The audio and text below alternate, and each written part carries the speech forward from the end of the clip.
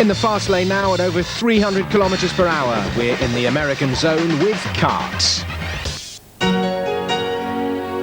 With Hasseröder, the German premium beer. And LG Electronics, digitally yours. Welcome to round 12 of the kart series, and today the action comes from Lexington in Ohio. And the front row at the start of today's race with a familiar look about it. That is how the standings look after 11 of 21 races. Kenny Brack, the leader, 104 points. Helio Castroneves, who is on the front row today, in second place. These are the two who were the quickest in practice. Gilles de Ferran, he holds the course record here, 124.394 miles an hour. And Castroneves, he had to settle for quickest, but he'll be looking to emulate his success of last year when he won this race.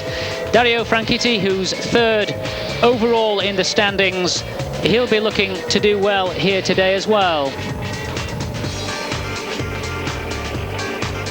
These are some of the other challengers who'll be looking for a good showing on this track. Cristiano De Mata there and Scott Dixon. And Kenny Brack, of course, who's leading overall. He hasn't shown too well in this qualifying today, but he'll be hoping to move up the rankings as soon as possible. This is how long it is, 3,634 kilometers on this track. And here we see on board with Alex Zanardi, car number 66. He started on the 10th row. And the race, when the race started, it was Gilles de Ferran who settled down the quickest. De Ferran, who started on pole, expecting a tough battle from his teammate at Penske, Helio Castroneves. They posted the two quickest times in qualifying. And that, of course, was just like last year, when the two of them qualified first and second. De Ferran, of course, looking for his first victory this season. He'll have been boosted by the fact that he posted the quickest time in qualifying, and he wasn't too far off the course record that he set last year. Castroneves has victories already, of course, this season at Long Beach, California, and at Belle Isle, Detroit. Castroneves second in the overall standings, behind the leader Kenny Brack. Patrick Carpentier, players for Forsyth Racing, he was the third quickest in qualifying today. And the cars quickly getting into their stride in this race. Dario Franchitti will be looking to do well, but that was Michael Andretti. He had to pull out after just 2 laps with mechanical problems. And real disappointment for him. He was hoping to do well here today.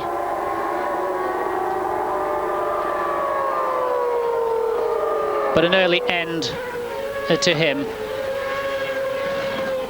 Well, shortly we'll be going to Lexington, and our commentators for today's race, Jeremy Shaw and Ben Edwards, coming after the break.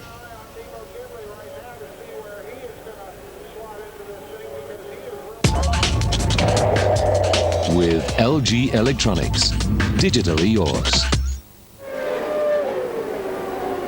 We're at the Mid-Ohio Sports Car Course, round 13 of the Champ Car series is taking place. Welcome to all of you watching on Eurosport. Sorry for the delay to get to our live coverage, but we are with you now. And this is how they stand. It is a Penske 1-2 still at the moment. De Ferran led the early stages, but having had the first round of pit stops, Castroneves has taken the lead from De Ferran. Vassar is in third. Dario Franchitti running well in fourth, but not quite maintaining the pace of the Penskes. Patrick Carpentier is up there, so is Paul Tracy. Tagliani, Tony Kanaan, Bruno Junqueira is in ninth, and Christian Fittipaldi rounding out the top 10. We've seen quite a lot of incident, quite a lot of drama taking place here this afternoon, but most amazingly, in just the last few moments, we saw an incident where Kenny Breck, the championship leader, was taken out by his teammate Max Papis, and it really was a remarkable incident that we still can't quite understand. Coming down the hill, Jeremy, talk us through it. Well, yeah, Max Papis just lunges to the inside there, locks up his brakes, takes them out. Well, an amazing incident there as Max Papis, I think, as we saw a few moments ago, making it back to his pits and not getting much of a warm reception from his crew. Breck has been brought back into the pits. We're under yellow because of this. Breck had to be towed back in. That's why the cars are now all touring around behind the pace cars. The first yellow we've had today. We have seen a few incidents. Michael Andretti retired with a very smoky engine. We saw him and Zanardi having a bit of a battle on the opening lap. But we've got a chance to hear from Bobby Rahal. Let's hear what he says about it. What do you do now? Obviously nobody was listening, were they? But is it a situation, as a team owner, obviously it's frustrating. Where do you go from here? Well, I think we have to, certainly, I think everybody will have their reason, but it looked to me like there was no room for a pass there, and particularly when those were the in-laps for both of them to come in for their pit stops. But it's this kind of silly, ridiculous mistakes that keep you from winning championships, and I don't blame Kenny at all in this case. Is there any action that you're thinking about taking now?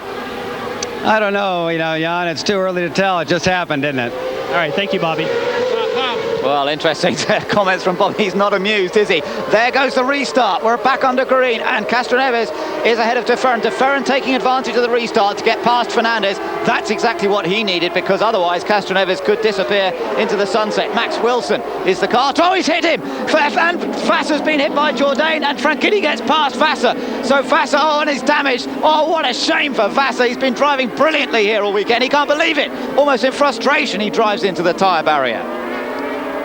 Oh, would you believe it? That Vassar battling for position. Jourdain was nowhere in terms of position. They were just all together in the group, but Jourdain was right at the back of the field, and we'll have another look. Yeah, dead last he was. In 22nd place was Michel Jourdain Jr., and he's sort of fighting it out going into the corner with Jimmy Vassar, who was running in third place there. That's just...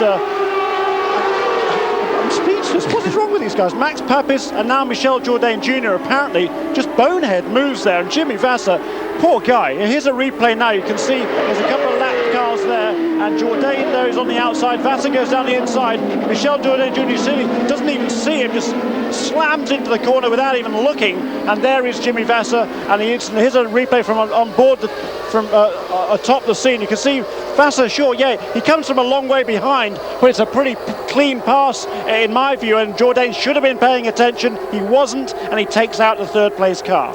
Absolutely. Don't forget, Jourdain was a lap down, so it was up to him in a way to keep an eye open for the leaders coming through there. Vassar had in a way to take advantage of it. It was a bit of a lunge, but Jourdain, he should be at this level perfectly capable of being aware that one of the leaders is coming up behind him. So disaster for Vassar. It's good news for Franchitti meanwhile, because that moves him up into third place. You're watching the battle between Jourdain once again and Mimo Gidley. Gidley loves it under braking here. We've seen him make a few moves here this afternoon, and as he goes up past the crowd assembled on the hill at the S's, he makes another move there. Cristiano De Matter and Alex Zanardi battling here. De Matter in the black car, that's in 12th place. Zanardi in 13th. Zanardi not qualifying at all well here this weekend, despite being a twice previous winner on this track when he was driving for Chip Ganassi.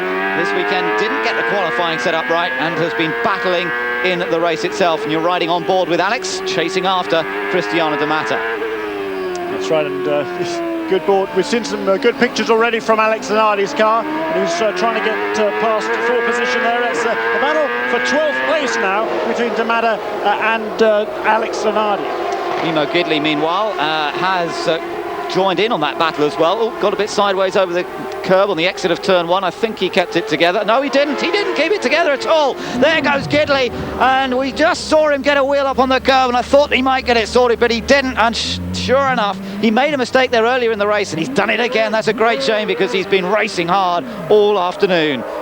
Yes, he went a long way, didn't he? He did. He spun all the way up. That's the old keyhole section of the track there. The sports cars use that. They jog right and left and then into the keyhole turn there, which is where Gidley is just coming to now. The champ cars just go straight up the hill. Oh dear. And problems for Tagliani there, as Tagliani was right up at the front of the field, and now something's gone wrong for him. He was running 6th, and Alex Tagliani in trouble. Yeah, we didn't see what happened there. He must have made some sort of a mistake, one would presume, down at turn 5 or turn 6. Well, it's all happening still here at the restart. Castroneves is our race leader, let's just remind you. Here's Gidley now. Watch here. He ran wide, got a bit on the curb, scraped along the curb, tried to sort it all out, but he was way, way off onto the grass. And what a shame for Memo Gidley, making it almost up to the next corner before he got it stopped. So he'll rejoin. I think he was able to rejoin. Actually, hasn't come past. Another replay here. Look at this. So we're just a bit of a wobble there before halfway through the corner. Look at that. He worked to save that one, didn't he, boy? He's doing about 130 miles an hour through that corner, a bit more by the time he got to the exit curb, so that's what happens when you spin at that speed. And now, let's just take a look. This was Moreno, I think, trying to get past Christian Fittipaldi a moment ago. Got down the inside, and that looked like a good clean pass, although a bit of gesticulation going on as he went through. And that's moved, yes, that would look like Tagliani. So Moreno's moved up to 8th place now, Jeremy. He really has been charging throughout the course of the afternoon. Yeah, he's really driving well this afternoon, Roberto Moreno. We hear rumours from the Patrick Racing team, perhaps his place might be under pressure. We'll come back to that when we get down to the pit lane. We might have a word with Max Papis. Unfolded from your vantage point. Say again, I didn't hear. Tell us how the incident unfolded from your vantage point. Oh, Kenny. We were coming. Sorry again. Wait a second. We were coming in the lap after, and I was coming in the lap after. Kenny made a mistake on the previous turn. He ran wide and he pulled on the left, and I thought he was going to let me go. So I came in, and all of a sudden, we touched each other. Does that make it tougher when it's your teammate because you thought he was going to let you through? I was sure, because he made a mistake the previous lap and he put himself on the left side. So I thought that was time for me to go, because I knew he was coming in the pit. And I'm very sorry for everybody, Team Rahal. This is, it's another unwanted situation, and I don't really know what to say. You had long discussions after the Michigan contact. Obviously, more discussions necessary? I don't think, there is a lot of discussion to be done here, We have a good relation with me and Kenny, and I feel very sorry for what happened. But as I said, for me, that's an accident. I saw him moving, I went on the inside, and all of a sudden he closed the door, and here we contact. Thank you, Max. Thanks. Well, it's still a bit of a strange one, I think. Kenny was moving on to his normal turn-in point for that right-hander, so that's why he was moving over to the left, so a little bit of a strange one. And Max obviously rather low-key after all that. We'll wait to see what happens. There's a replay of Tagliani. That's what happened to Tagliani. Just basically went in too fast into turn 4, the beginning of the S's. There's where they climbed back uphill, and they did pretty well to avoid him there, didn't they, those boys, because he just appeared out of nowhere. Yeah, they split in there. Alex Zanardi on the outside there, and Zanardi has the inside line there going to turn 7, and he's able to punt back Tagliani another place. So Tagliani went all of a sudden from 6th place all the way down to 13th. Now, Castroneves, meanwhile, is really setting the pace now. He's just done a 68.947, and it's put him 4.2 seconds ahead of his teammate Gilles de Ferran. Castroneves loves this track. You can see the glee with which he gets into the car and starts attacking it. He's been in such a good mood all weekend, and once again, he's out in front. He's pulling away. I'm not sure there's a lot de Ferran can do about it. Franchitti still in 3rd. So Castroneves enjoying himself up front. Let's just look behind them as to what the positions are. Franchitti in 3rd, Patrick Carpentier still in 4th, and Patrick's been having a good run of races in recent times with that win in Michigan, really boosting the team. Good result last time out in Chicago as well. Paul Tracy's behind him, so Team Green have both of their cars in the top 5. That's very promising indeed. Tony Kanaan in 6th, Roberto Moreno, as we mentioned, he's now 7th position. So Roberto climbing his way up the order, and his, in some ways, has been the drive of the afternoon so far. Behind him is Bruno Junqueira, Christian Fittipaldi 9th, and Scott Dixon in 10th. Yes, he has a great drive by Roberto Moreno. A few minutes ago, maybe his drive is under pressure. There's talk about that. We hear that the Indy Lights Championship points leader Townsend Bell, who will race yet still this afternoon, he will start from the pole this afternoon in the Dayton Indy Lights Championship event.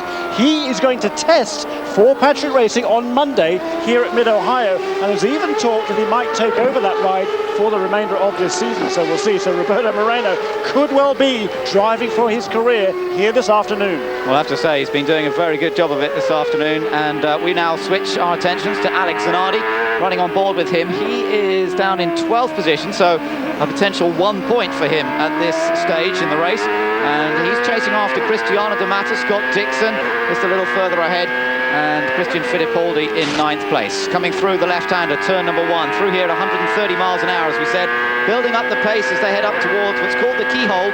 It's just a fairly straightforward, long right-hander. Downhill, though, under braking, as you can see. Have to hug the curb on the inside and get the power on early without running wide on the exit, so that you get a good exit, building up to maximum speed of about 185 miles an hour down here, and then you're hard on the brakes again as they come down towards the S's. This is where so many people are watching up on the right-hand side and getting such a great view of the action. Helio Castroneves leads the race after 41 laps have been completed. Gilles de Ferran still in second, Franchitti third, ahead of Carpentier, Tracy and Canaan. We're watching Alex Zanardi riding in 12th place. Ahead of him is Cristiano D'Amata in the Newman Haas Lola Toyota. Hasn't been going quite as well at this stage of the season as he was early in the year. Zanardi with Monon Racing, gradually they've been getting things together, but it didn't work out for them in qualifying. And we now switch to looking at Dario Franchitti for a moment. Jeremy, we know that Kenny Breck is out of this race. Castroneves is leading it. Potential here for him to score 21 points, which would close him right up. But not only him, Franchitti's got a good chance. Let's go and hear from Jimmy Vasser now. Look like that'll happen. How tough was this incident, Jimmy?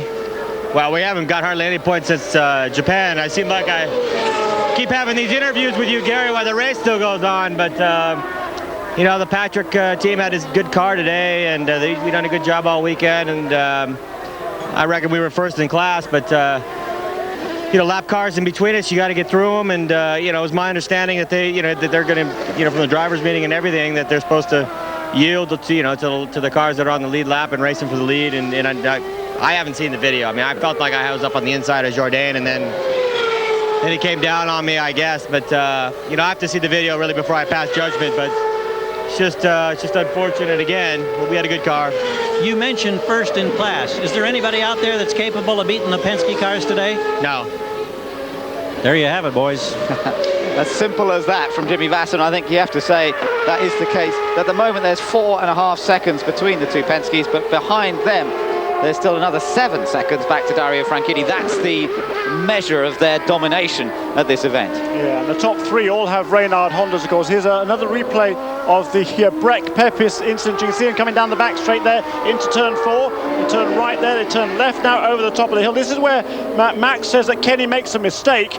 Maybe a little bit of a mistake, but surely even then he's not even close enough to make a pass there. And you could hear when we heard from Bobby Rahal how unimpressed he was there. And, I don't know, there's been talk a couple of months ago, or a month or so ago, even before Max Papis had that great win at Portland, that maybe his place there in the Miller Lite car was perhaps under threat.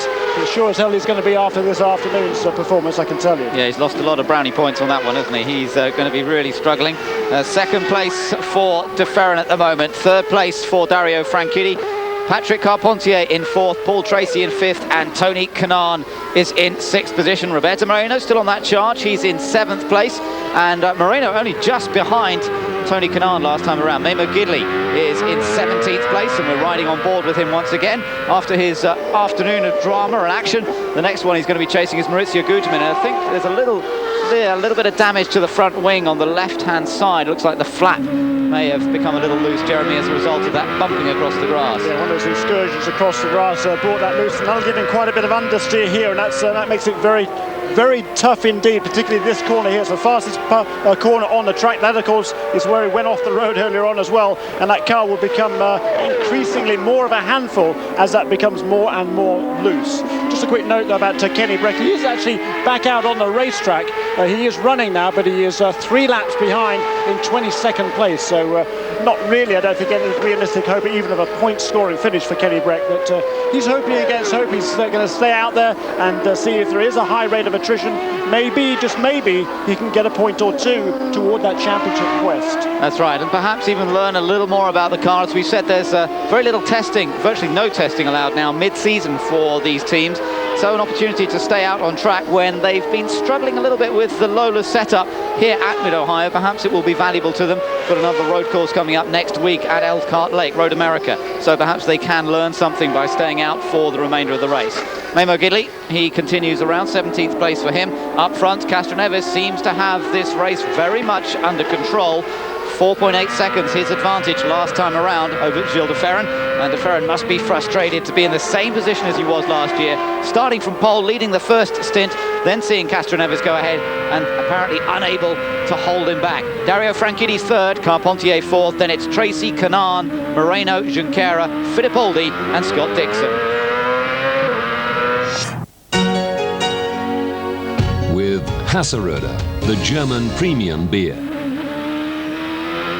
Welcome back to Eurosport's coverage from Mid-Ohio. Ben Edwards and Jeremy Shaw with you as Helio Castroneves continues on his way, looking for a second consecutive win here at Mid-Ohio, and this would boost his championship chances so well. It would close him to within a point of Kenny Breck if he holds on where he is right now. And for Dario Franchitti, it would be great news. Dario's third in the championship at the moment, only 1 point behind Castroneves. At the moment, he's third in this race, and it would bring all three of them very close together. Yes, it would indeed. That's the good news for Dario Franchitti. The bad news is that he's losing a half a second a lap at least to the two Penske cars.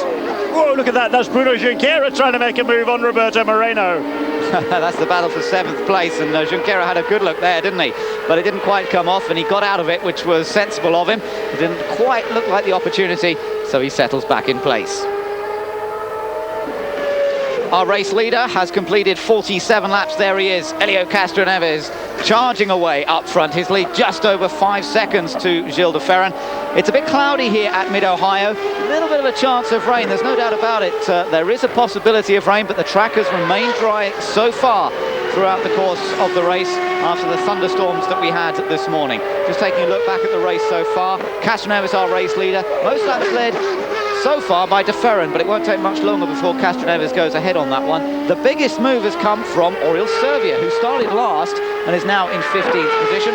We've had just the two leaders, the two Team Penske drivers, and just the one caution period so far. Several retirements, most of them through incident. Vassar out through an accident, Papis through incident. Herta and Andretti, though, had mechanical woes that put them out of the race. And that's been the story so far. Castroneves, as I say, really looking confident all weekend. There was a softball match between Team Penske and the TV people earlier this weekend, and Castroneves was joking around all evening, really being the character, the star of the show, and he just seems so happy and so confident when he's driving here.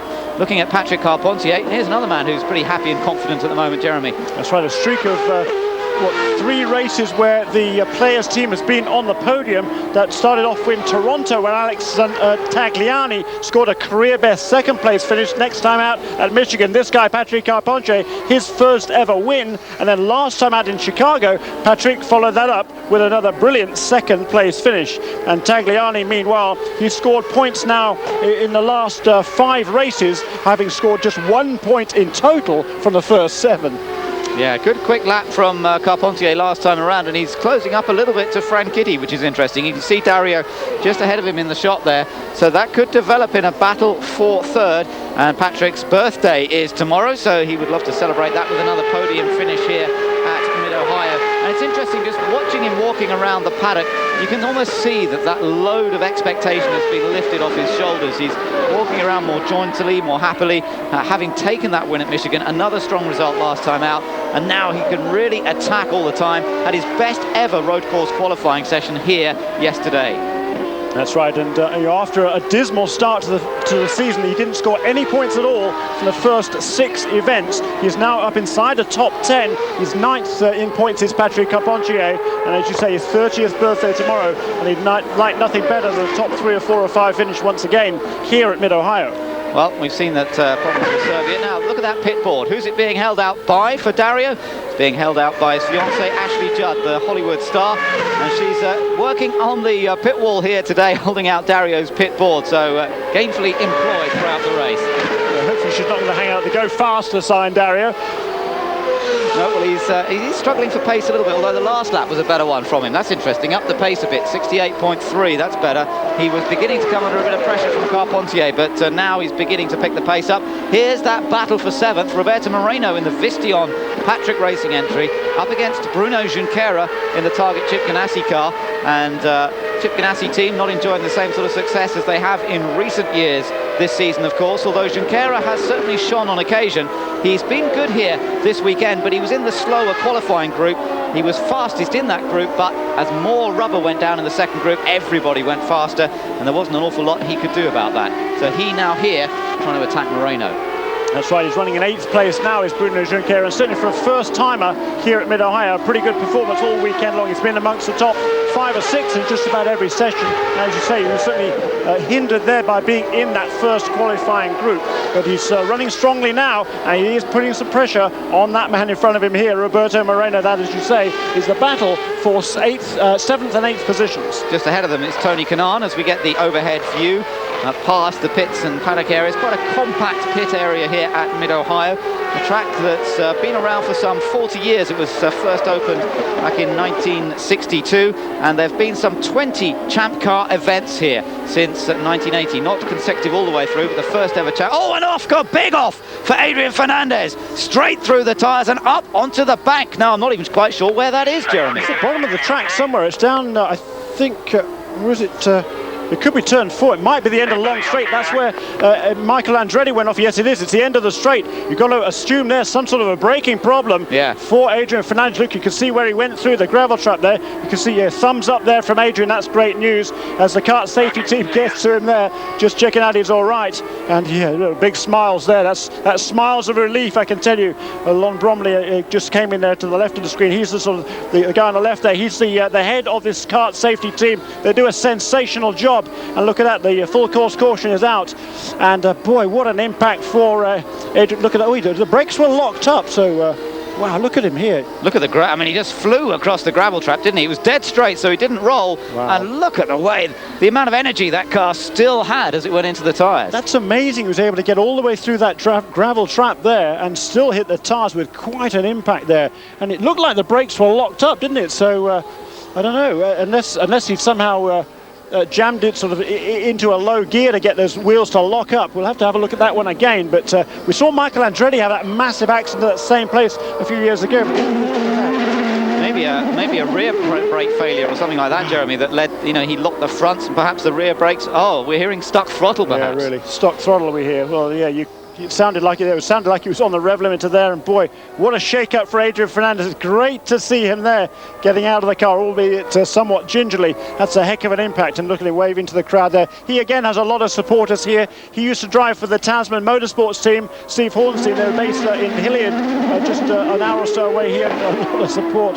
Look at that, it even sort of drove the car up onto the wall there, didn't it? You could see that as the rear wheels were still spinning and driving that car forward. So a scary moment for Adrian Fernandez. And once again, incredible testimony to the strength of these Champ cars. He's able to get away without apparently any serious injury. Now, this has opened things up a bit for Gilles de Ferran, because that 4.5-5 second gap that Castroneves had opened up has now come down to nothing. And the pits will probably be opened up next time around. They're all sitting behind the safety car at the moment. 31 laps to go, and they should be able to make that through on one more tankful. So if they come around next time, it'll be a good point to come into the pit lane. Another look at the replay here, and that stuck throttle happening at the fastest section of the track, where they're at 185 miles an hour before they start to brake. That is not where you want a sticky throttle. And that's John Ward there on the right there. He's a race engineer for Adrian Fernandez. He worked with Adrian the last couple of years at Patrick Racing, and of course with that team he scored a win here back here in 1998. That was for Patrick Racing, and of course he won't be winning here today, but he really is a winner in his own right, just to be able to walk away from that car. And you can see it's taken off the front wheels of those cars, but other than that, that front of that tub looks pretty much undamaged. We'll take another look at it again at full speed without the slow-mo effect, and get another chance to see just how fast it was. Great. Yeah, listen to it there. It just drove the cars, didn't it? Through the tyre barrier there. You could hear him. He wasn't able to hit the kill switch and turn off that engine. You know, in the heat of the moment, it's awfully difficult to remember where the kill switch is. And yeah, that's got to be so frightening for Adrian Fernandez. But you could see literally the rear wheel spinning, just drove it through that tyre barrier. You know, everything down there absolutely did its job. The gravel trap down there slowed the car down an awful lot. I would estimate that he hit that tyre wall at maybe, I would say about 40 or 50 miles an hour. It looked fast, but I would think it was no more than 40 or 50 miles an hour, which is still a heck of an impact. But when you realise he'd be doing about 180 or 185 down that long straight, downhill long straight before that, it's still incredible to me. And that tyre wall there, that did its job. It cushioned the impact. And then when he got up there in the air, finally there's no more drive to those rear wheels. And it's great to see that Adrian got out of that car okay. It is, and I'm sure he got a big round of applause from all the fans that group up on that hillside. Fantastic place to watch a motor race, and you get a real family atmosphere of enthusiastic and knowledgeable fans here at Mid-Ohio, and they'll be relieved, I'm sure, having seen that for real. It must have been quite a shocker, I think, to see it go in so fast. And you can see right in front of everybody that happened, and the way it went up the bank there, just showing you how much energy was still in the car as it hit the tyre wall. But the great thing is he's okay. He was shaking his wrist a moment ago. That's always the danger. Now the leaders are into the pits. This is the crucial pit stop now, as Helio Castroneves leads the snake of cars into the pit lane. And remember, the Penske pits are right up the top end of the pits. This is a chance for Franchitti as well. Dario Franchitti, has he saved fuel that they can, well, they've got to put a full tank in here no matter how much he's saved, because there are 29 laps to go. They will all have to put in the same amount of fuel. You can't really do anything too clever on strategy, but De Ferran is ahead of Castroneves in the pits as they come out. Who will it be? It's Castroneves who gets ahead. De Ferran slots into second. Carpentier has got ahead of Franchitti, so Carpentier takes third. Wow. Great move there by team players there. They got the players' car out ahead of the two Team Cool green cars. Great pit work there by that team, and that could be absolutely crucial in the waning stages of this race. And we see, yeah, it was Dario Franchitti is still ahead of Paul Tracy. Yep, he's managed to get up, and Roberto Moreno still in that group as well. So all to play for when it goes green. Should be fun. Till you do. With LG Electronics, digitally yours. Welcome back to Eurosport's coverage from the Mid-Ohio Sports Car Course. You can see the fans standing up at the S's area where it climbs uphill, drops back downhill on the other side through this sequence of dips and rises. And we've got an interesting situation now, Jeremy, with the leaders having made their pit stops, but one man in particular hasn't come into the pits yet. That's right, and for all our Eurosport viewers here, they'll be happy to see that Oriol Servia, the Spaniard, did not make a pit stop this time around. He'd struggled all weekend with that car. He was running in 15th place before we went yellow, but the Sigma Autosport team elected not to make a pit stop, so he will be at the head of the field when they come round to take the green flag. Also, Max Wilson did not make a pit stop, but he was a lap down. He will now not be a lap down, so he will be waved past the pace car before we get ready to restart this race. And also Shinji Nakano did not make a pit stop, but he is behind Servia, so he will not get waved past the pit stop. And so Oriol Servia, there's Max Wilson, there is Servia in second place, and then Kenny Breck also, and then effectively the real race leaders there. So in fact Servia will be leading the motor race, and he'll have a couple of lapped cars between himself and the Penskes. Well, it should be fun to watch. We'll keep an eye on the battle. Second caution period of the day. We're on lap number 55 out of 83, and with that second pit stop having been made, of course, they now run all the way to the flag, barring disasters. And Oriol Servia not stopping in that last sequence, so he leads for the moment, ahead of Castroneves, De Ferran, Carpentier, who got ahead of Franchitti on the pit stops, Tracy, Canaan, Moreno, and then Fittipaldi, D'Amata, Tagliani, Junqueira, and Zanardi. So interesting battles all the way through the field. Junqueira lost a few places on that pit stop, didn't he? He did lose a few places. Also, so did Scott Dixon. He came out in 10th and went out in 17th, so I've got to presume that he stalled the edge. But look, here's the leaders in the pit, so you can see De Ferran at the front of the street picture there. That was Gidley moving in behind it. There's Carpentier comes out towards the back. He just gets out ahead of Dario Franchitti. But look at that, the Penske's battle their way to that pit exit line, and it is Castroneves who maintains that advantage over Gilles De Ferran. And everyone getting away cleanly. We've seen incidents in the pit lane here at Mid-Ohio before, but everyone did just about get away safely. And they're all bunched up together as we're under yellow now. Pit summary, you can see Sevilla hasn't pitted. Castroneves has dropped to one position because Sevilla's gone ahead. Otherwise, you can see who's lost and gained. Franchitti losing out to Carpentier and effectively to Servia. But some of the big losses, Junqueira losing 4 places there. And that's a shame for him. He was battling with Moreno earlier on. So you saw Tagliani, he made up 2 places there, but that was as a result of Junqueira and Dixon both losing so many places. You didn't see Dixon on that graphic, but he was 10th, and he is now, as I say, 17th. So a costly error there, or some sort of a miscue for the Pac West team and Scott Dixon. They're getting ready to take green, so Sevilla begins to pick up the speed as they come down through the last couple of corners that lead them onto the finish straight. Here comes Kenny Breck's into the pits on this one, so he comes into the pits, but Sevilla will lead across the line, and now we've got the 2 Penske's behind them. Will De Ferran be able to challenge Castroneves now? He's been given the opportunity by this pit stop and by closing up, but Castroneves has been so fast all weekend. Is he going to have any answer for him? Looking further back, then it's Carpentier, then Franchitti and Tracy, all tied together with Tony Kanaan right in there. And somebody might be prepared to take a gamble at this point. They know to gain places, this could be one of the few remaining opportunities, and Tracy could be coming under pressure from Tony Kanaan.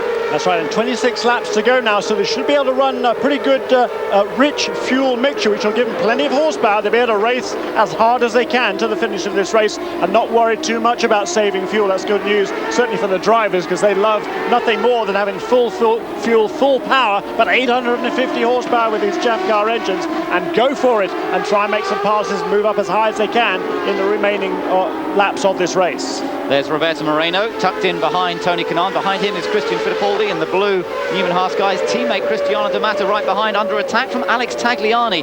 Tagliani, who lost out earlier on, remember that trip across the grass after running very competitively.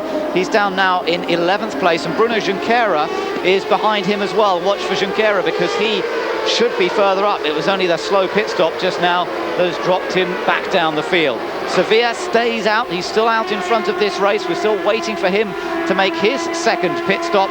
Surely won't be too far away now as Kanaan just defends that position from Roberto Moreno. And oh, somebody going wide, and that's Junqueira. Bruno Junqueira going very wide onto the grass, trying to keep it together, and he does so, but losing plenty more places. Just got away with it there.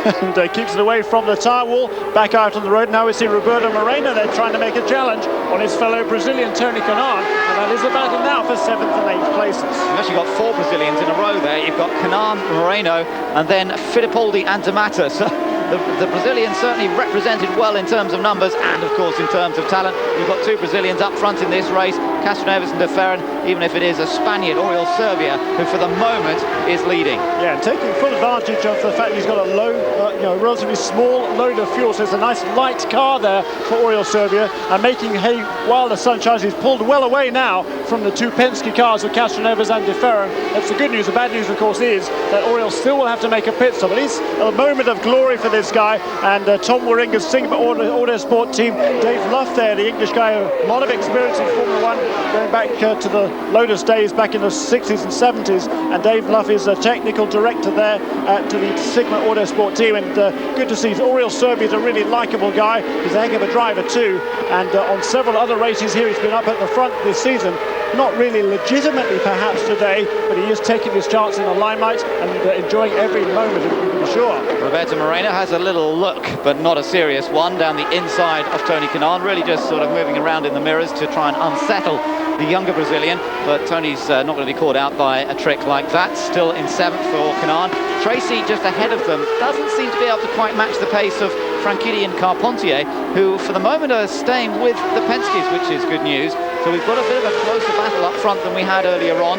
Oriol Servia coming around to complete his 59th lap, just gone past our window, and we're watching the other leaders come through. You can see how Roberto Moreno has made progress throughout the course of this event. Good progress throughout the afternoon as Sevilla continues on his way. That front cover over the shock absorbers missing. That went very early in the race, but it hasn't slowed him down at all. And he was the highest mover, remember. He's made up more places from his grid position than anybody else here today. We'll just have to see how it all sorts out once he has made his final pit stop. He's doing some very good laps, is Oriol Servia now. 1 minute 9.0 last time around, and you know, when the Penske's were out in front and pulling away, they were doing maybe low 8s or so perhaps sort of 3/4 of a second slower than that. But the last couple of laps, Oriol has pulled out an extra 2 or 3 seconds over the two Penske cars. And say that is the advantage of a low fuel load, a nice light car, and he's able to take full advantage of that and pull away and enjoy his moment in this, I hesitate to say sun, but overcast anyhow.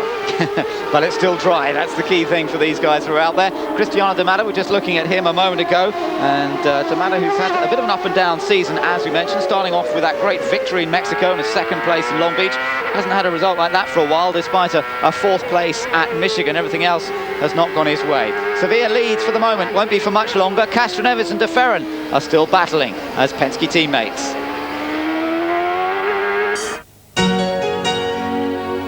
With Hasseröder, the German premium beer. Welcome back to Mid-Ohio, and Oriol Servia still doing a good job, pulling away slightly up front with that light fuel load. We expect him to have to come in within about 3 laps or so. There's Dario Franchitti staying very much on the pace of the two Penskes and Carpentier, so the top 4 very much closer together than they were earlier in the race. They certainly are, and that's the first time really all weekend that we've been able to see anybody stay with the two Penske cars. Surprisingly, I think Castroneves and De Ferran not able or willing or whatever to pull away and really put their foot down to extend their advantage over Patrick Carpentier and Dario Franchitti. As we see from on board Alex Zanardi, that is Tagliani and D'Amato fighting over 10th place right in front of him. Yeah, it's a good battle going on, and Zanardi's got a great view of it. And this is the point in the race where the drivers perhaps just getting a bit tired and starting to lose concentration, an opportunity to make up for mistakes. Castroneves continues on his way around. He's in 2nd place at the moment with De Ferran behind him, then Carpentier and Franchitti. There you are, you see all 4 in shot. Oriol Servia is our race leader, but due in any lap now really to refuel, otherwise he's not going to make it much further in this race. He's done some 30 laps or so since his last pit stop, and that's just about the distance we can expect. We saw Tagliani in a battle with Cristiano D'Amato a moment ago. This was the move as Tagliani got past Cristiano D'Amato, just sliced down the inside. We've seen that move from a few people here this afternoon, and it worked perfectly for the Canadian.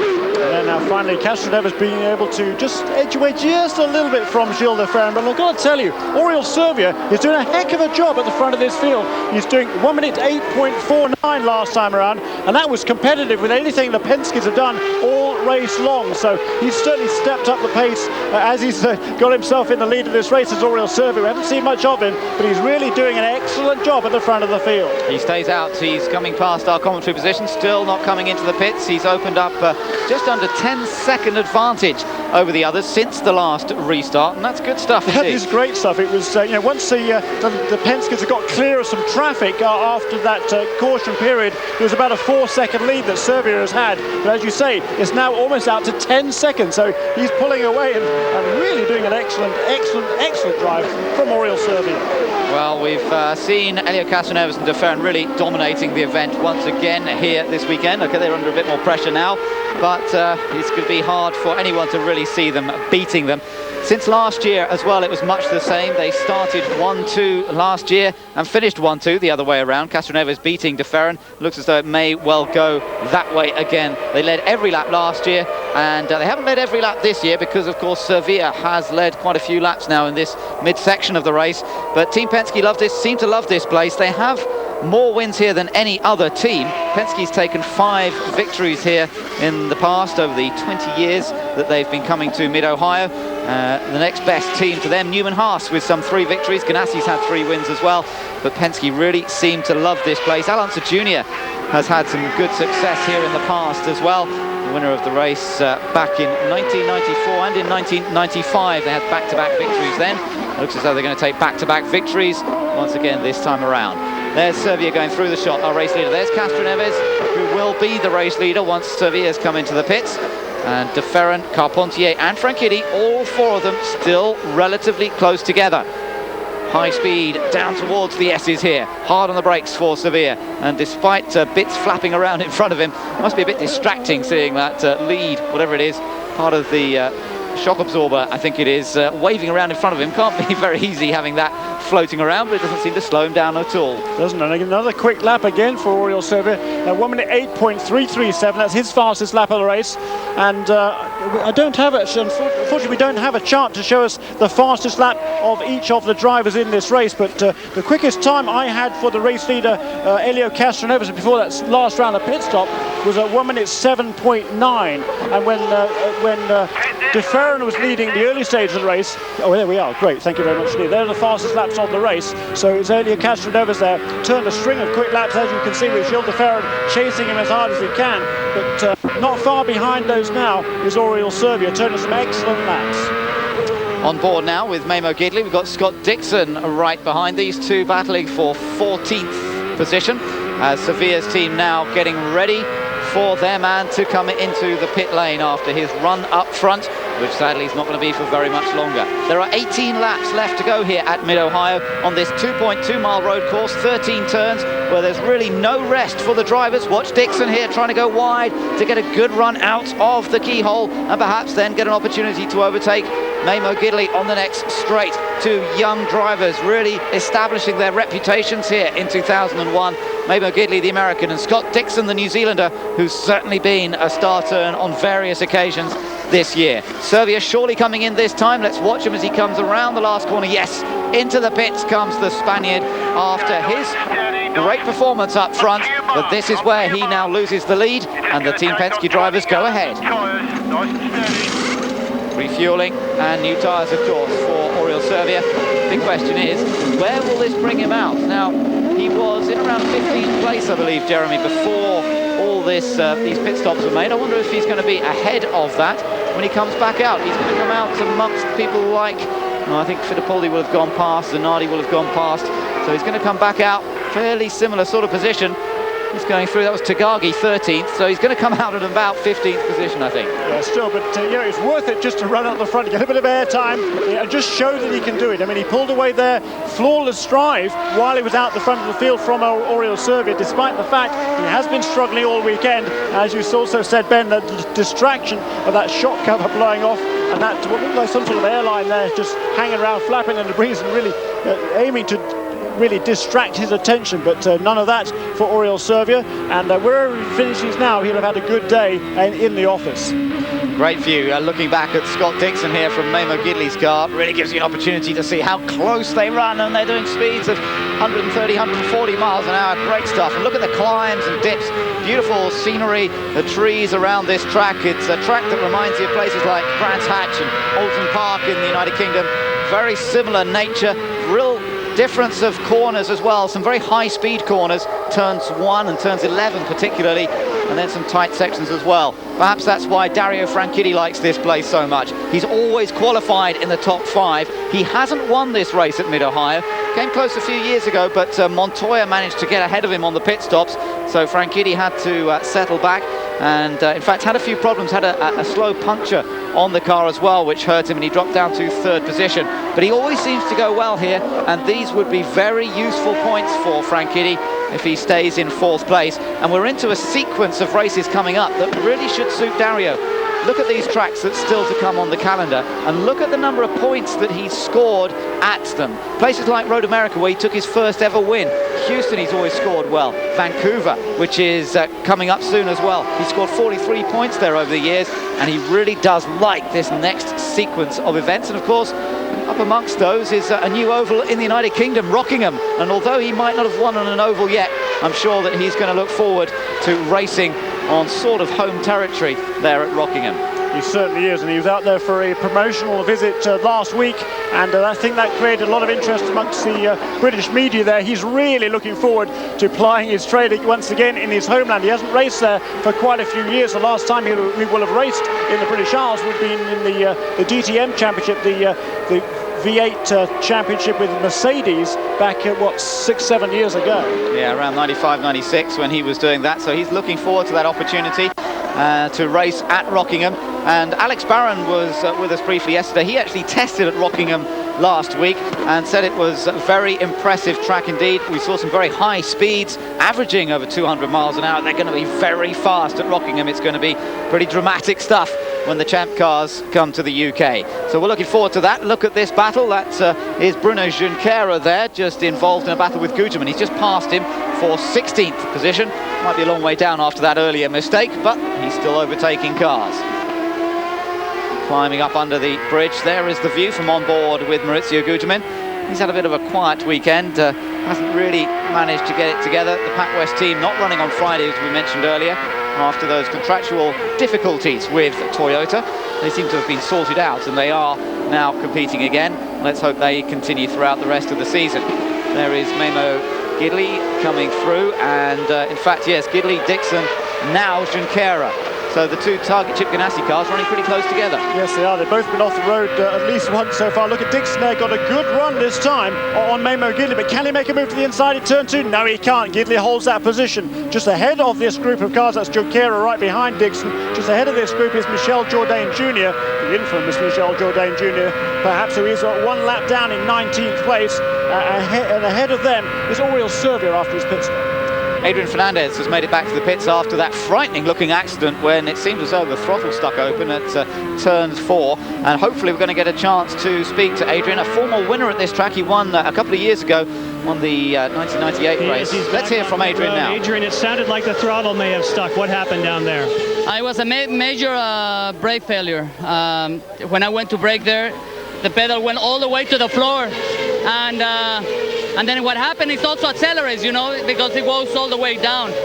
So I had no, I mean, I didn't have any warning before about that, and I tell you, it was scary because it was a long time that I couldn't do anything. So I had the hands device, and the only thing I did, because I knew that it was going to be a head impact, I put my head forward, and you know, it was as a soft impact. I mean, they did a good job with the tires. Now, when your foot went down, obviously it must have caught the throttle because we could hear the engine racing. Could you not get your foot off the pedal? Well, what happened is I was trying to pump it out, but it couldn't. And so, you know, your instinct is you want to brake. And the brake, when it goes so low, it hits the throttle also, you know, the cable of the throttle. So I was accelerating with the brake pedal at the same time because it was so low. So it was one of those situations that you're trying to slow down and you just basically can't do anything. And it's a shame because firstly, we broke the clutch in one of the pit stops, but at that time I had the second or third fastest lap. My car was running really well, but it's one of those things we just have to keep fighting back, and the good thing is we were running strong, and I'm okay and I'm ready for the next one. Oh, we're glad you're okay, thanks. So 71 laps completed now. We're on lap number 72 as Helio Castroneves has just managed to open up a little bit of an advantage over Gilles de Ferran.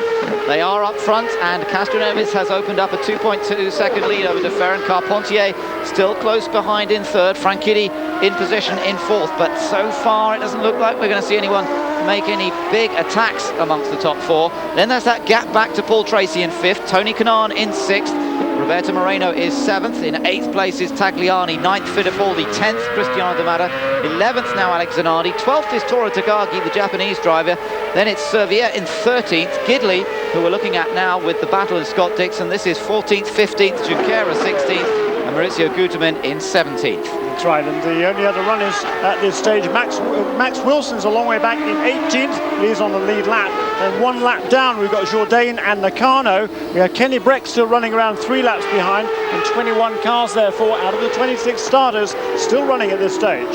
Yes, it's been a good record in terms of numbers of cars still out there.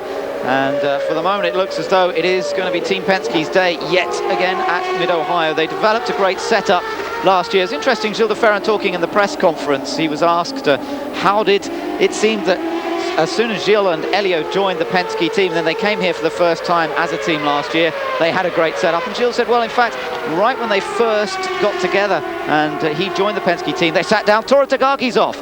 Toru Takagi, oh, he was running well too. Yeah, he was in the points there. He was in 12th place there. He won't get any points now. He's in the gravel trap. I think that's the end of the back straight. Not quite sure. Difficult to tell from that angle. The gravel looks pretty much the same wherever you are here at Mid-Ohio Sports Car Course. And I think we're going to go full course yellow. And that'll give one more final opportunity maybe for Gilles de Ferran to wrest away the lead from Helio Castroneves. And Castroneves, he'd eked out that advantage to just over 2 seconds over the last sort of since he retook the lead when Servia made that pit stop.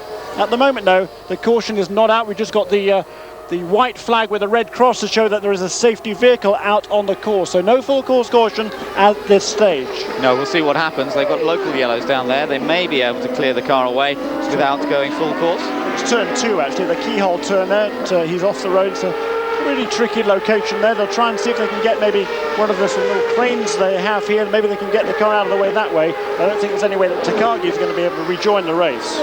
So a shame for the Japanese driver, as up front, Castroneves still pulling away. I was just talking about, yes, we have got a full course yellow, and so Castroneves will see his lead evaporate again. It was a 2-second advantage over Gilles de Ferran before the yellows came out, and they will try and pick up that car of Tagaki's and get it out of the way.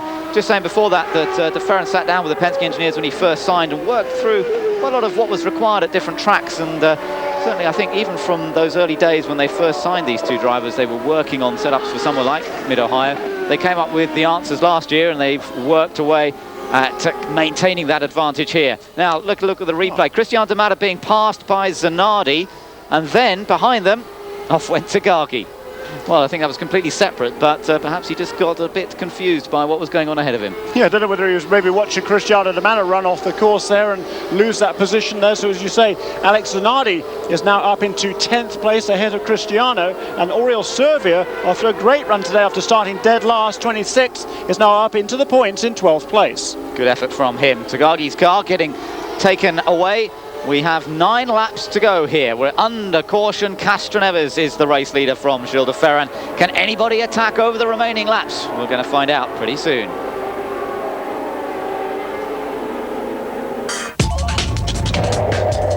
With LG Electronics, digitally yours. The fans enjoying an interesting race here this afternoon. We've seen plenty of incident and accident.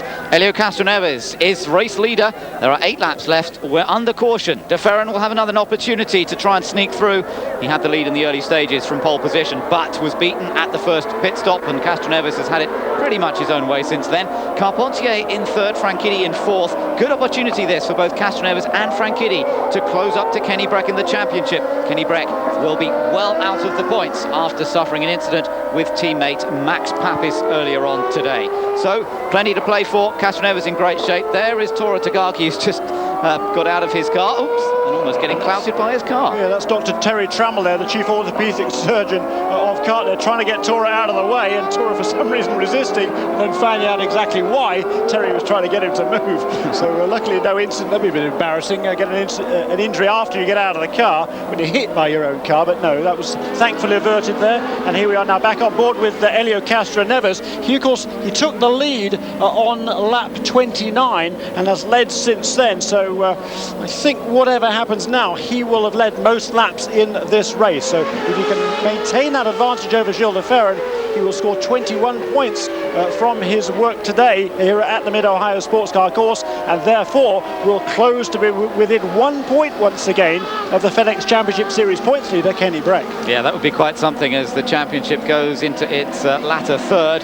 Really hotting up nicely. Here comes Green, and Castroneves gets away on the restart. Now, tyres a little bit off temperature perhaps, although they should have been able to maintain good tyre temperature during the yellows. De Ferran's last. Oh, and off Franchitti! Franchitti spun it, but he gets it back on. No, he doesn't. Oh, Dario, what are you doing? You need the points here. This is disaster for Dario Franchitti, trying to find his way back onto the tarmac. He lost it through turn 1. Place is disappearing. It's all gone wrong for Dario, and now that means that his teammate Paul Tracy will move up into 4th as the top 3 get away. It's still Castroneves, De Ferran and Patrick Carpentier. Wow, that was amazing. He was on the throttle there. He just speared across the road.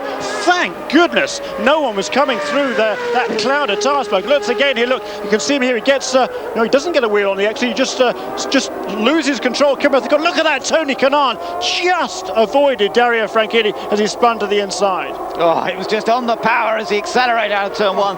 I said about the tyres not perhaps being fully up to temperature, and that's exactly, I think, what's caught Dario out.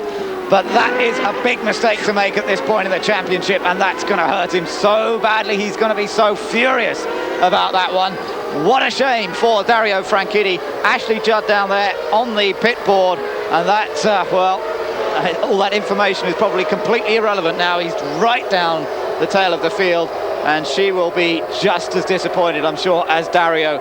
A great shame for him as he tours round. Here he comes, coming around now, and he's right at the back of the field. Looks like there might be a little bit of damage as well to the front wing.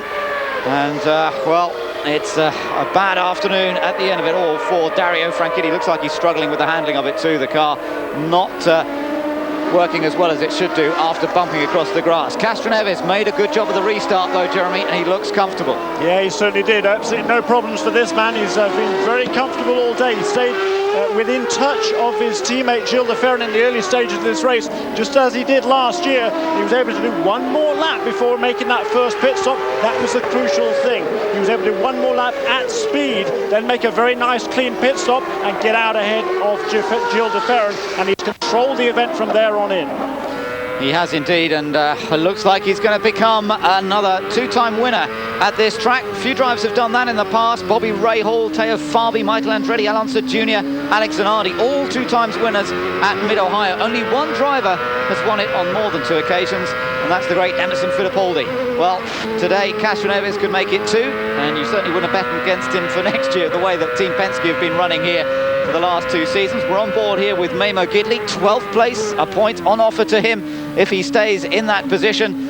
And just out of our commentary box window, see Franchitti go through once again at the back of the field now, and all his hopes of closing up to Kenny Breck and Castroneves in the championship really going in that one tiny mistake of getting the power on a bit too hard through turn one. Yeah, that's right. That's what it was a case of. Just trying to get on the throttle there, get a good run off that corner, and then perhaps outbrake Patrick Carpentier up into turn two at the top of the hill. I'm sure that's what he was thinking of doing.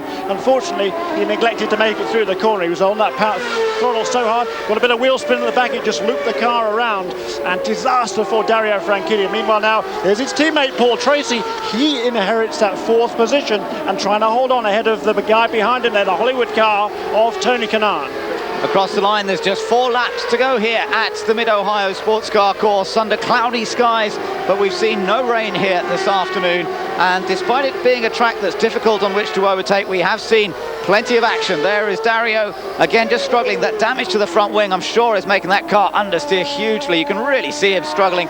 No end plates on either side, and I think the flap's damaged as well, but he's still struggling on round. He must be feeling like quitting altogether. You can see that, yeah, flat there on the right, really flapping around the wind, and no end plates on the left. He's got chronic understeer. The car doesn't want to turn into the corners, and there's not a lot he can do about it. No, so he's a good 3 seconds off the pace of the leaders at this stage because of that damage to that front wing end plate there on the right-hand side and the left-hand side as well. So absolute disaster for Dario Franchitti. He's just falling farther and farther back at the tail end of the field. We gather that Zanardi has picked up a penalty, but Zanardi will be given a black flag for passing Fittipaldi before it went green on that last restart. So Zanardi's in trouble. He had moved up into 8th position, but it looks as though all to no avail because he will be given a black flag and he'll have to serve a pit lane penalty. Yes, there as he goes across the line, we can see the black flag being held out. We're looking at race leader Castroneves, de Ferran and Carpentier. Carpentier heading for another podium finish, and boy, when it starts to go your way, when you get on a roll, isn't it amazing how things start to come your way? He won at Michigan. He was second in Chicago. He's heading for 3rd place here at Mid-Ohio. Road courses have sometimes been the weaker link in his game, if you like. Always good on the ovals, but it's come together for him brilliantly this weekend at Mid-Ohio.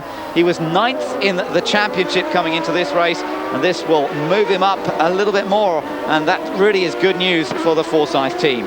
Yeah, I think he will just sneak ahead. He'll probably actually, yeah, he'll sneak ahead. He will tie with Paul Tracy, and the question is whether he will pull ahead of Cristiano D'Amata. D'Amata is now shown in 11th place. That'll be worth 2 points, and Tracy was 14 behind Cristiano D'Amata. So that'll be very, very tight indeed. And also there with Scott Dixon as well. That whole bunch of cars with Michael Andretti having dropped out of this race as well. Michael was 4th in points coming in this weekend. He won't score, of course. So Kenny Breck and Castroneves have a pretty good lead over Gilles de Ferran in 3rd place. So Castroneves, just 2 laps to go. He'll get the white flag next time around. He's had 5 wins in his career so far. Interestingly, the same number of victories as teammate Gilles de Ferran. Well, de Ferran hasn't won any races so far this year, but Elio Castroneves has. He's already won 2 races. He won at Long Beach and he won at Detroit. It looks like he's going to win here. Let's hear from Tim Cindric. Dominated. Just get to the end here. Obviously, both Marlboro Team Penske crews have done a great job, and Elio's really driven a heads-up race. You know, the first stop, he ran into traffic, and we were going to come in the lap that Gilles came in, and he saw the traffic go in. He knew he could go one more lap, and that was a big difference in terms of track position. So it's been a good effort. When you see something like what just happened to Dario Franchitti, does that cause you any concern at all? No, we're concerned all the time. That can happen at any minute. So we'll see here. Yep. All right. They're waiting for the fat lady to tune up here, boys. They are indeed, as Castroneves will see the white flag this time. There is his teammate Gilles de Ferran, who's done a great job, but again he will be frustrated as Castroneves just seems to have the edge at Mid-Ohio. It was that first pit stop, it was the timing, it was how the traffic worked out. It definitely worked in Elio's favour, and Gilles just has to accept that, and he's still got to defend from Patrick Carpentier in third. Yes, he has. And just another word about Alex Zanardi. He is still being shown the black flag.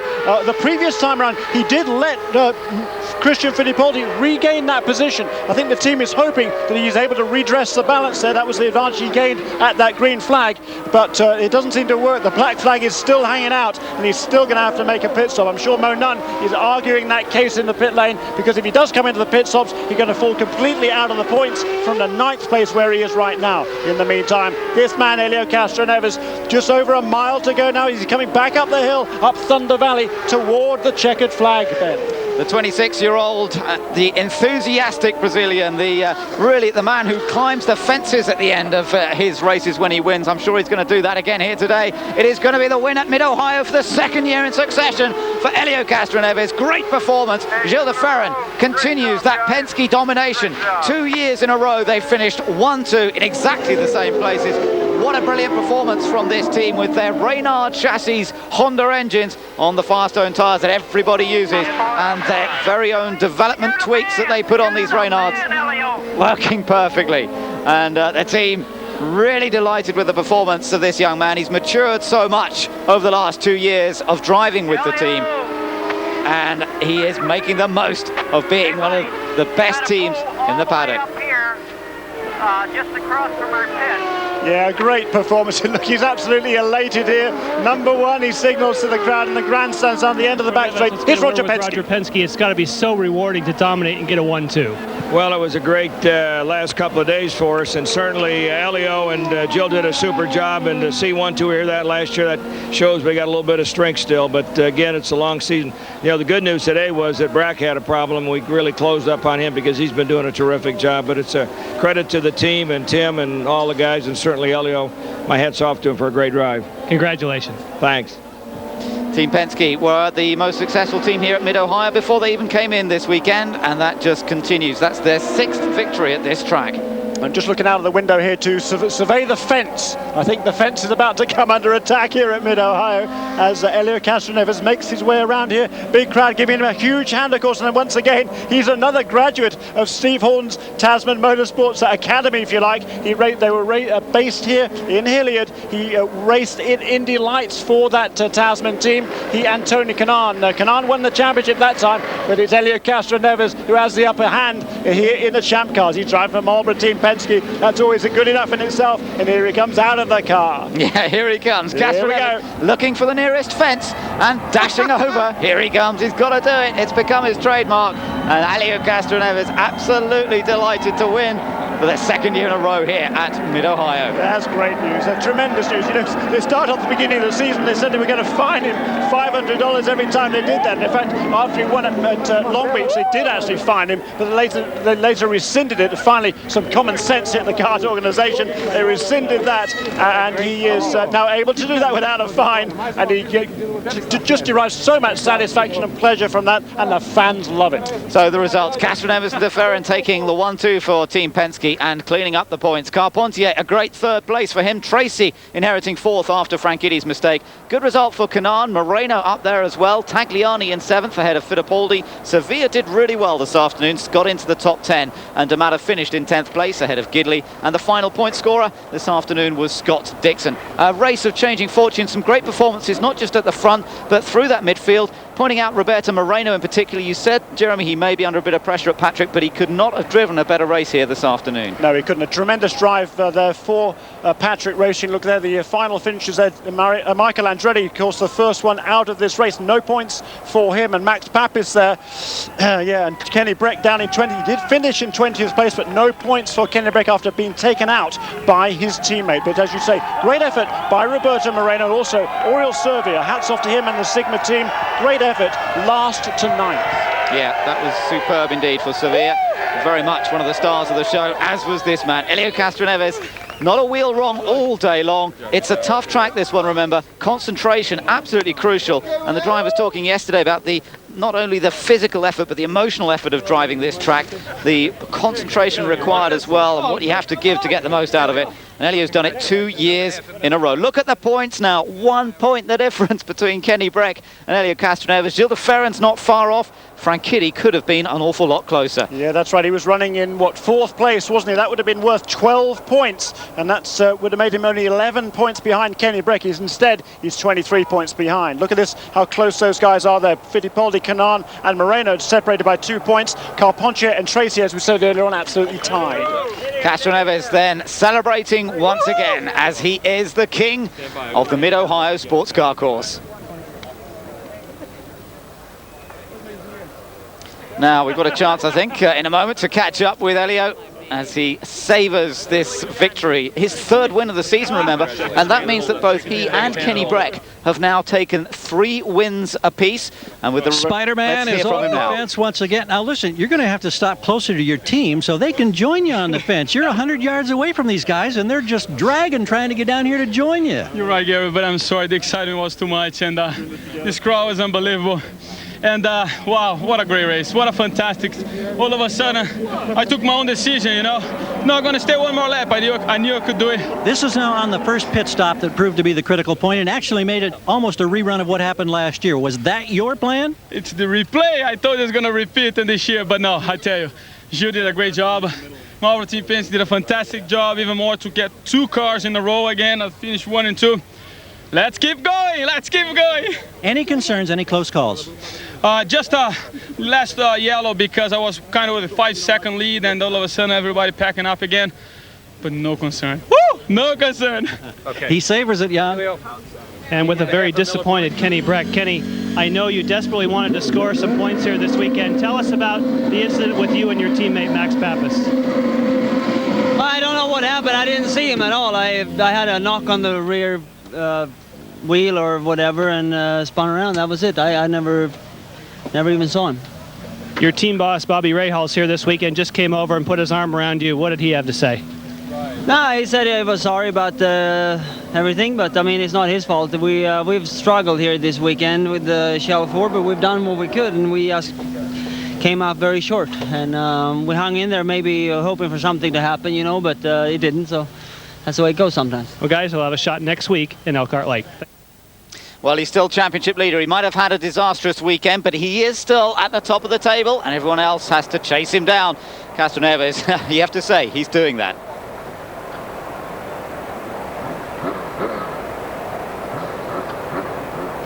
So looking down over this Mid-Ohio course, in amongst the trees and amongst the scenery, the countryside of Ohio, midway between Cleveland and Columbus, and the fans, I think, have enjoyed another great performance from Helio Castroneves. He's become a real character amongst the paddock, hasn't he, Jeremy, and a bit of a star now in the United States. Yeah, very much so. Spider-Man there, as Gary Gerald referred to him, and you know, the Truman family has just done a great job with this racetrack. They've just improve the amenities every single year we come here. There's something better. They've done a great job, and this man just did a fabulous job this afternoon. Helio Castroneves, flawless, and it really was, as he said, a replay of last year's victory here at Mid-Ohio. He loves the place. He loves his job. He's so happy, even if he doesn't win, and when he does win, the emotion just floods out. It's great to see someone enjoy the moment that much. It is, and he's savouring every second of it now, isn't he? And making the most of the joy. Road America coming up next week, of course, and that's another track that he will thoroughly enjoy with its European style of long, straight, sweeping corners. A lot that a driver can really do with the car at Road America, and I'm sure he's going to love the opportunity to compete there. Yeah, certainly. Marlboro Team Penske has just got a great machine. It really works well on the permanent road courses, and quite a stroll over here to get to the victory lane celebrations, and it'll all continue now for Helio Castroneves. Yeah, that adrenaline still pumping away. Patrick Carpentier just behind him there, celebrating another podium finish. There he is, meeting up with Gilles de Ferran. A little bit of disappointment for Gilles de Ferran, beaten by Helio again at Mid-Ohio, but he worked it to perfection in terms of the traffic. Yeah, he really does regard Gilles as a mentor, and he knows he owes so much from the experience that Gilles is able to pass on to Helio. So a great day's racing at Mid-Ohio once more, and Castroneves beating everyone. Another look at that incident that took out championship leader Kenny Breck when his teammate took him out. There was the incident as well between Jimmy Vasser and Jourdain Vasser, heading for good points here this afternoon. Great disappointment for the American. Memo Gidley had this very dramatic moment out of turn 1 himself over the curb, spent the next 500 yards or so trying to sort out the moment, and that dropped him down the order.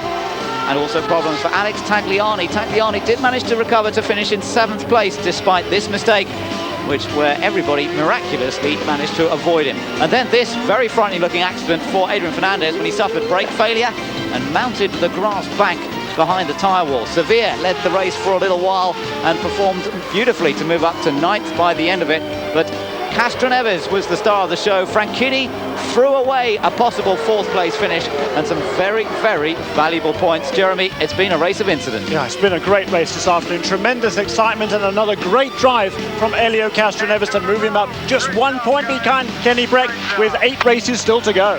It's a great championship battle in prospect. Thanks for joining us here today. They'll be racing again next week at Road America. From Ben Edwards and Jeremy Shaw, for now, goodbye.